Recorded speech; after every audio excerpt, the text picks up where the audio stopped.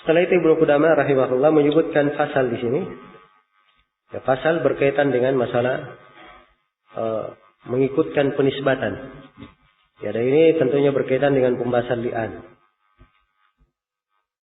Ada dua pembahasan di fasal ini. Yang pertama, hukum asal anak yang terlahir dari seorang istri atau budak adalah kepada ayahnya, kecuali karena li'an terhadap istri yang bebas dan pengakuan istibra terhadap budak. Ya, kata Ibnu Qudamah rahimahullah, man waladat imra'atuhu aw amatuhu allati aqarra bi wata'iha waladan yumkinu kaunuhu minhu lahiqahu nasabuhu. Biqauli Rasulullah sallallahu alaihi wasallam, al-waladu lil firash wa lil akhir al hajar. Nah, kata beliau, siapa yang istrinya melahirkan atau budaknya melahirkan dan dia mengakui hal itu, maka anak yang lahir ini adalah anak dia, dinisbatkan kepadanya sepanjang memang itu memungkinkan. Sepanjang memungkinkan. Iya. Baik. Ya, kalau misalnya dia sudah berpisah atau dia tidak berada di negerinya 4 tahun misalnya, atau 10 tahun. Ya. Kemudian dia pulang, istrinya sudah punya anak. Nah, ini menunjukkan anak bukan darinya. Tidak mungkin anak berasal dari siapa? Dari suami. Jelas ya? Atau misalnya istrinya sudah haid bulan kemarin. Setelah itu dia tidak pernah menggaulinya lagi.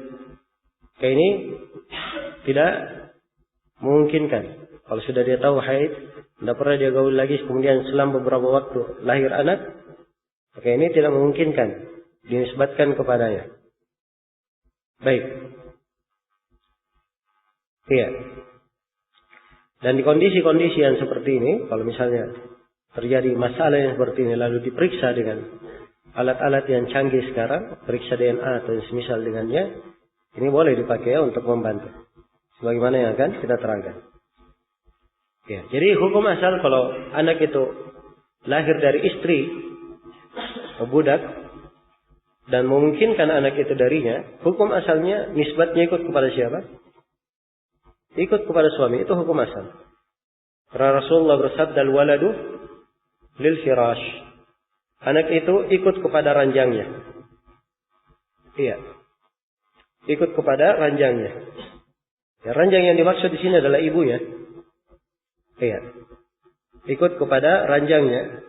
Dan sepanjang ibunya ada pemiliknya, ada pemilik ranjang yaitu suami, maka anak dinisbatkan kepada siapa? Pada suaminya. Walil akhir al-hajar. Dan bagi pezina dia mendapatkan khaybah, kerugian, kesengsaraan. Maksudnya dia tidak dapat hak dari nisbah apapun di dalamnya. Nah ini sudah terjadi di masa Nabi Sallallahu Alaihi Wasallam. Jadi dalam riwayat Bukhari dan Muslim, kisah datangnya Sa'ad bin Abi Waqqas radhiyallahu taala anhu dan juga Abad bin Zam'ah. Kedua orang ini memperebutkan seorang anak yang lahir. Sa'ad bin Abi Waqqas berkata bahwa ini anak adalah anak saudaranya. Ya. Adalah anak dari saudaranya Utbah bin Abi Waqqas. Adapun Abad bin Zam'ah dia berkata, adapun anak ini, ya dia adalah saudara laki-lakiku. Karena dia lahir dari budak perempuan ayahku. Nah, ternyata anak itu dilihat dari sisi wajah, wajahnya mirip dengan Utbah bin Abi Waqqas. Tapi kalau dilihat dari sisi nasab, ya, dia ini lahir dari budak perempuan milik siapa? Milik Zam'ah, ayah dari Abad. Ya. Maka Nabi Shallallahu Alaihi Wasallam tidak melihat kepada kemiripan wajahnya kepada Sa'ad atau kepada Utbah bin Abi Waqqas, tapi dia lihat kepada nasab. Karena itu Nabi tetapkan bahwa anak ini ikut kepada Abad bin Zam'ah. Karena itu adalah saudara laki-lakinya. Dan Nabi tegaskan al-waladu lil firash walil akhir al-hajar. Ya, anak itu bagi firashnya. ikut kepada ibunya. Jadi kalau ibunya ada suaminya, maka dinisbatkan kepada suaminya. Maka ini ketentuan dari Nabi Shallallahu Alaihi Wasallam. Dan dilihat kepada apa? Wajah dari anak tersebut, walaupun mirip dengan Utbah bin Abi Waqqas. Nah, baik.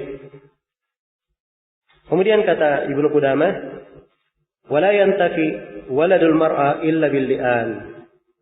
Ya. Anak seorang perempuan tidak dinafikan darinya kecuali dengan li'an. Jadi si suami kalau dia ingin menafikan anak, dia berkata ini bukan anakku, itu tidak boleh diterima. Kecuali kalau ada li'an. Ada pembahasan li'an. Dia sudah setelah li'an, dia berkata ini bukan anakku, dan memungkinkan diterima ucapannya di situ, tidak ada masalah.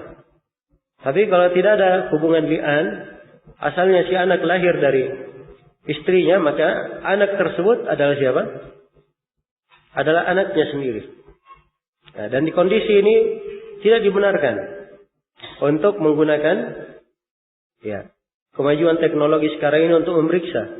Kalau diperiksa darahnya misalnya, diperiksa DNA-nya, atau diperiksa hal yang semisal dengan itu membuktikan sama atau tidak. Nah, ini semuanya tidak diterima.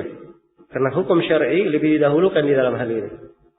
Ya, yang harusnya pihak-pihak yang melakukan pemeriksaan itu tidak melakukannya. Kecuali pada hal-hal yang dibenarkan saja oleh syariat. Kalau itu dilakukan akan terjadi banyak permusuhan, banyak keraguan, dan kerancuan di tengah manusia. Baik, jadi sepanjang dia sudah lahir dari seorang istri, dan istri ini punya suami, maka si anak dinisbatkan kepada suaminya. Dan tidak dinafikan darinya, kecuali kalau ada pembahasan li'an. Nah, kemudian kata beliau, wala waladul ama illa bida'wa istibra'iha. Dan demikian pula seorang budak, kalau lahir darinya anak, maka itu adalah anak tuannya. Kecuali kalau tuannya mengaku istibra. Dia katakan bahwa budakku ini kemarin sudah haid. Setelah itu tidak pernah digauli lagi oleh tuannya, kemudian dia melahirkan. Ya, maka kalau ada pengakuan seperti itu, dia tahu ada istibra, maka tidak ada masalah, dia nafikan. Diterima darinya. Nah, kemudian kata beliau, di sini Ibnu Qudamah terangkan beberapa kondisi yang mengakibatkan nasab tidak mungkin disandarkan kepada suami. Kata Ibnu Qudamah rahimahullah, wa illam yumkin kaunuhu minhu. Kalau misalnya si anak itu tidak mungkin berasal dari si suami, mithlu antalida amatuhu li aqal min 6 ashhur mundu wata'iha. Seperti misalnya, si budak melahirkan kurang dari 6 bulan semenjak ia digauli. Atau imra'atihi liaqal min dalika mundu amkanahu ijtima'uhuma. Demikian pula kalau istri yang misalnya melahirkan kurang dari 6 bulan, di mana kemungkinan suami istri itu berkumpul di situ. Nah, jadi kalau terjadi seperti itu, maka itu bukan anak suami. Jelas ya? Bukan anak suami. Karena kemungkinan hamil paling sedikitnya 6 bulan. Hamil secara apa? Normal dari suami. Ya, kalau misalnya baru 5 bulan dia lahir normal, ini menunjukkan bahwa anak ini bukan anak suami. Tapi dia sudah apa? Sudah hamil sebelumnya. Iya. So, kalau dia kurang dari 6 bulan. Nah. Kemudian kata beliau, wa kana az-zawju mimman la yuladu limithlihi. Demikian pula si suami ini dari orang yang tidak mungkin dia melahirkan atau yang semisalnya tidak mungkin dia punya anak. Ya. Contohnya kaman lahu duna asyri sinin. Seperti kalau dia misalnya umurnya masih kurang 10 tahun.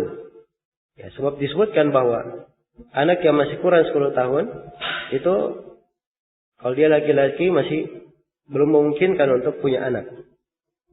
Nah, demikian pula al-khasi. Demikian pula orang yang dikebiri. Ya. Orang yang dikebiri. Sebab kalau dia dikebiri, ini tidak mungkin dia bisa untuk berhubungan. Nah, wal majbub. Demikian pula suami yang majbub. Ini sudah berlalu pembahasan nikah ya. Apa itu majbub? Ini suami yang terpotong ya, pengaduannya.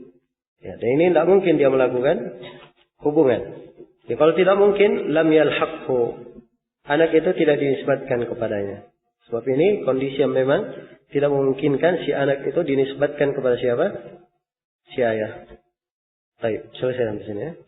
Insyaallah kita lanjut nanti setelah maghrib. Subhanakallahumma wa bihamdik, asyhadu an la ilaha illa anta, astaghfiruka wa atubu ilaik.